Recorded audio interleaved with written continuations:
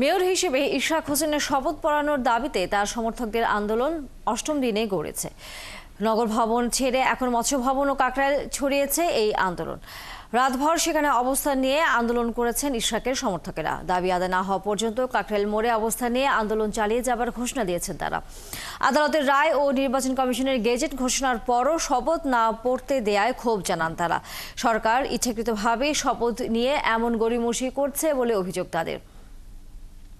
এদিকে আন্দোলনকারীদের দাবির সাথে একত্রতা জানিয়ে অন্তর্বর্তী সরকারের সব দায়িত্ব থেকে দুই উপদেষ্টা আসিফ মাহমুদ, সজীব ভুইয়া ও মাহফুজ আলমের পদত্যাগের দাবি জানিয়েছেন ইশরাক হোসেন।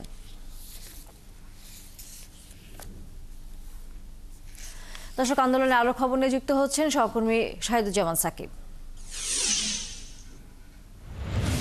সাকিব, ইশরাকের সমর্থকরা আজকে কি বলছেন? কারণ যেহেতু আজকেই তো এই একটি রিট আবেদনের শুনানির সময় আছে, সেই বিষয়ের জন্য তারা অপেক্ষা করছেন কিনা এবং একই সাথে এই বিক্ষোভ তারা কতক্ষণ চালিয়ে যাবেন?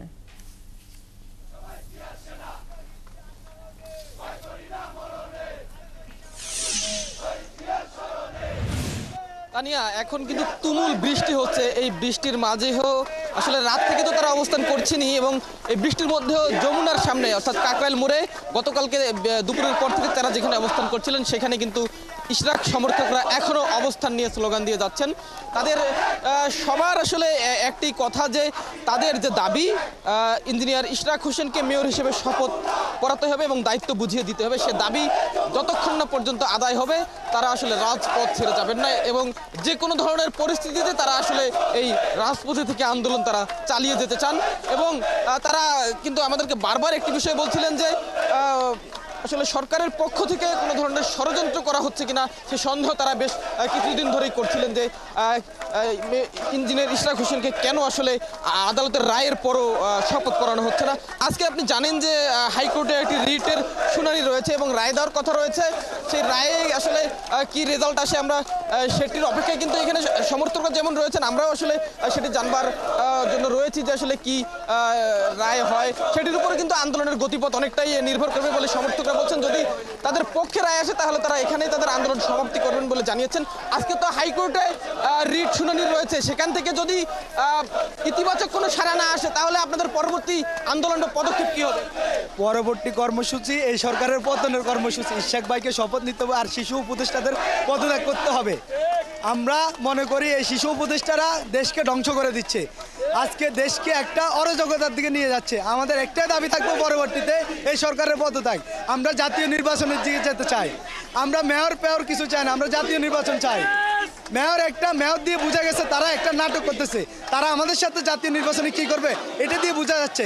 তারা শিশু উপদেষ্টাদেরকে ঢাকাতে নির্বাচিত করার, তারা একটা মেম্বার হওয়ার যোগ্যতা নাই, তাদের একটা মেম্বার হওয়ার যোগ্যতা নাই। এটা আমরা বলতে চাই, ঢাকাবাসী লড়বে, বাংলাদেশের মানুষ বিএনপির পাশে আছে, রাজপথে থাকবে।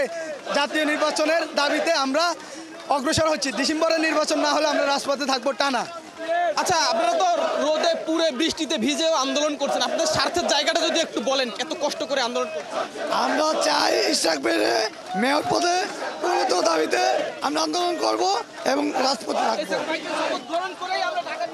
তানিয়া, আসলে আন্দোলনকারীদের কিন্তু একটাই দাবি যে যে কোনো ধরনের প্রতিকূল পরিস্থিতিও তারা আন্দোলন চালিয়ে যেতে চান। আদালত থেকে আজকে কি রায় আসে সেটি তারা শোনার অপেক্ষায় রয়েছেন। আসলে ইতিবাচক কোনো সাড়া যদি না পান, আদালত থেকে ইতিবাচক কোনো রায় না এলে তারা আসলে আরো কঠোর আন্দোলন চালিয়ে যাবেন, সেই হুঁশিয়ারি কিন্তু তারা গতকালকে থেকে করছেন। একটু আগেও তারা আসলে জানাচ্ছিলেন।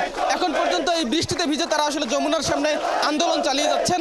এই আন্দোলন কতক্ষণ থাকে বা সর্বশেষ কি খবরাখবর থাকে সেসব নিয়ে হয়তো পরবর্তী কোনো বুলেটিনে আবারও যুক্ত হতে পারবো আপনার সাথে। তানিয়া, শাহিদুজ্জামান সাকিব, নিশ্চয়ই আমরা ফিরবো আবারও আপনার কাছে। দর্শক, সহকর্মী শাহিদুজ্জামান সাকিব ছিলেন আমাদের সাথে।